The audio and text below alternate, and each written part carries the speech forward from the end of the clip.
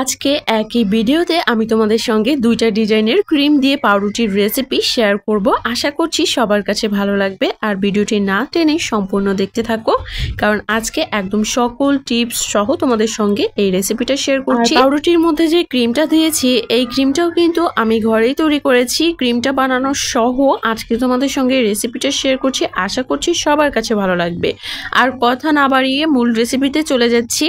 প্রথমে একটা বলে আমি নিয়ে নিচ্ছি 2 কাপ পরিমাণে ময়দা, দিয়ে দিব এখানে 1/3 কাপ পরিমাণে চিনি পরিমাণটা একটু বেশি দিলে পাউরুটিটা খেতে ভালো লাগে।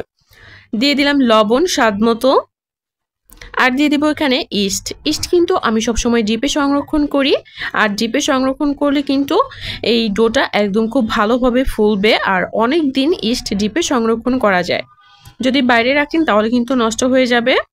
এখানে আমি 1 চা চামচ ইস্ট দিয়েছি 2 কাপ ময়দার জন্য। ইস্টের পরিমাণ কিন্তু বেশি দেওয়া যাবে না, 1 থেকে 1.5 চা চামচ দেওয়া যেতে পারে 2 কাপ ময়দার জন্য, তবে এর থেকে বেশি দিলে কিন্তু ইস্টের গন্ধ করবে। সবকিছুকে একসাথে প্রথমে খুব ভালোভাবে মিশিয়ে নিয়েছি, আর তারপর এখানে উষ্ণ গরম জল দিয়ে একটা সফট ডো তৈরি করে নিব। একটা জিনিস লক্ষ্য রাখতে হবে, এখানে জলটা যেন বেশি গরম না হয়, বেশি গরম হলে কিন্তু ডোটা আর ফুলবে না। আর এইখানে উষ্ণ গরম জলের পরিবর্তে যদি উষ্ণ গরম দুধ দিয়ে ডোটা করা হয় তাহলে কিন্তু পাউরুটিটা খেতে আরও বেশি ভালো লাগবে। ডোটা করা হয়ে গেলে আমি সব শেষে এখানে প্রায় 2 টেবিল চামচের মতো তেল নিয়ে ডোটাকে খুব ভালোভাবে 5 থেকে 6 মিনিটের মতো ময়ম করে নিব।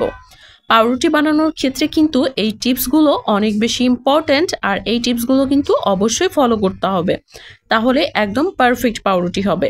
আমি এখানে বড় একটা পলি নিয়েছি, এমনভাবে আমি বোলটাকে ঢেকে নিব যেন ভেতরে কোনো রকম হাওয়া প্রবেশ করতে না পারে, আর ওপর থেকে কিন্তু একটা প্লেট দিয়ে ঢেকে দিচ্ছি।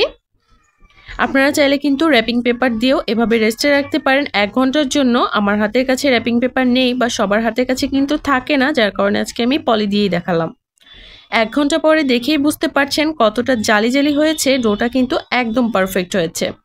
আর এই পর্যায়ে ডোটাকে কিন্তু আরও 5 থেকে 6 মিনিটের মতো খুব ভালোভাবে ময়ম দিয়ে নিতে হবে।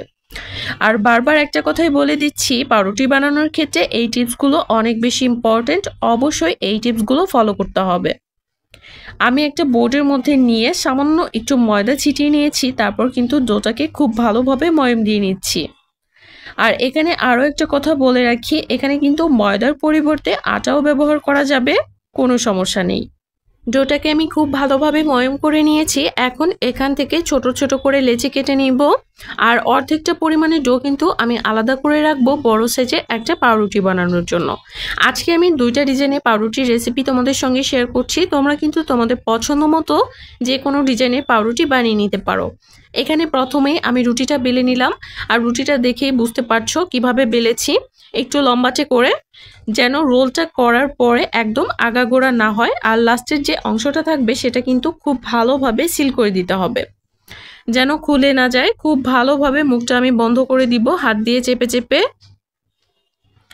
আর এই সেম ভাবেই কিন্তু আমি আরও কয়েকটা বানিয়ে নিব।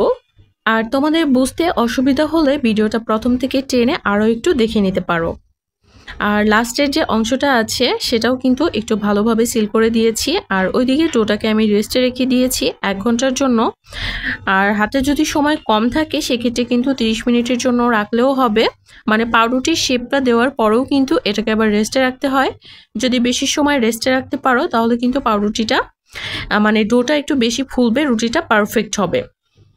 চেষ্টা করবে একটু বেশি সময় রেস্টে রাখার, মোটামুটি কমপক্ষে 40 মিনিট তো রাখার চেষ্টা করতেই হবে, তাহলে কিন্তু একদম পারফেক্ট হবে। এখানে আমি বাদবাকি ডোটাও কিন্তু নিয়ে নিয়েছি। আরও একটা ডিজাইন তোমাদেরকে দেখিয়ে দিব। প্রথমে কিন্তু একটু ভাজ করে দিলাম, ভাজ করে আবারও এখান থেকে আমি রুটি বেলে নিচ্ছি, কারণ এভাবে করলে কিন্তু পাউরুটিটা একদম পারফেক্ট হয়, মানে অনেক বেশি সফট হয়।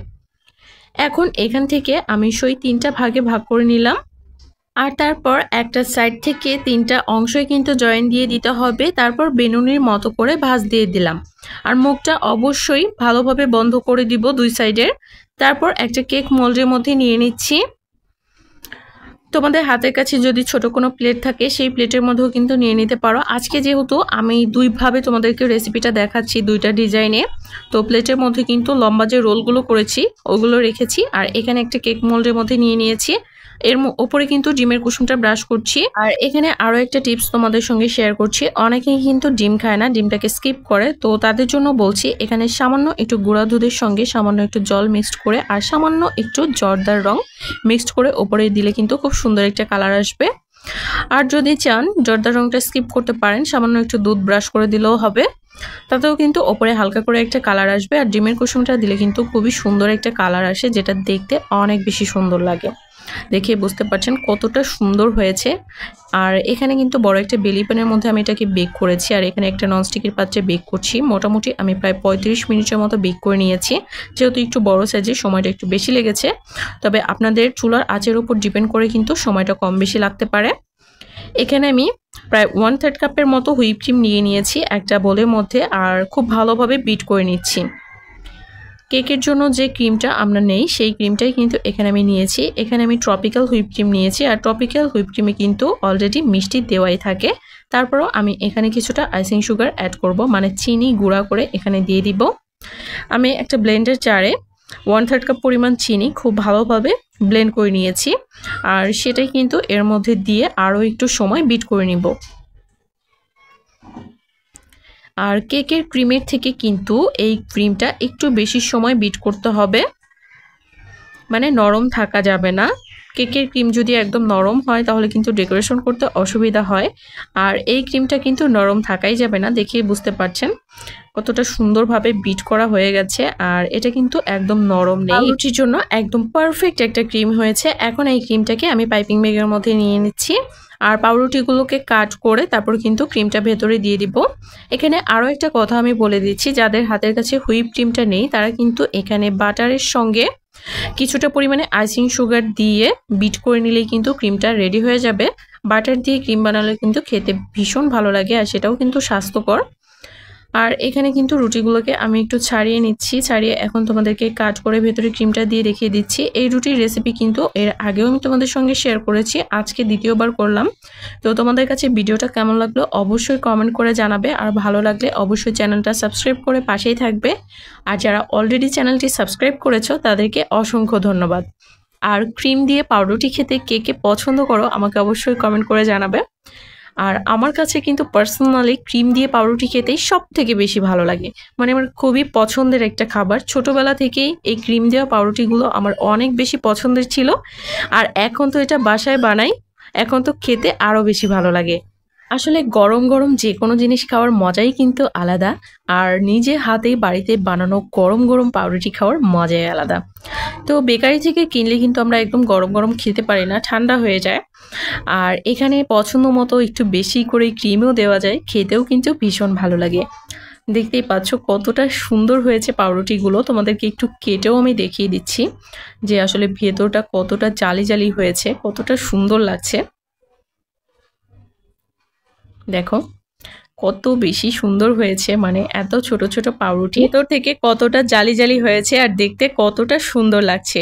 তো আরেকটা যে পাউরুটি বানিয়েছি সেটাও তোমাদেরকে একটু দেখিয়ে দিচ্ছি। দেখো এটা কিন্তু বড় একটা বানিয়েছি, মানে বড় সাইজের একটা পাউরুটি। এটা পুরোটা আমি বড়ই রাখবো, জাস্ট মাঝখান বরাবর একটু কাট করে ভেতরে ক্রিমটা দিয়ে দিব। তোমাদের কাছে কোন ডিজাইনটা ভালো লাগলো অবশ্যই কমেন্ট করে জানাবে।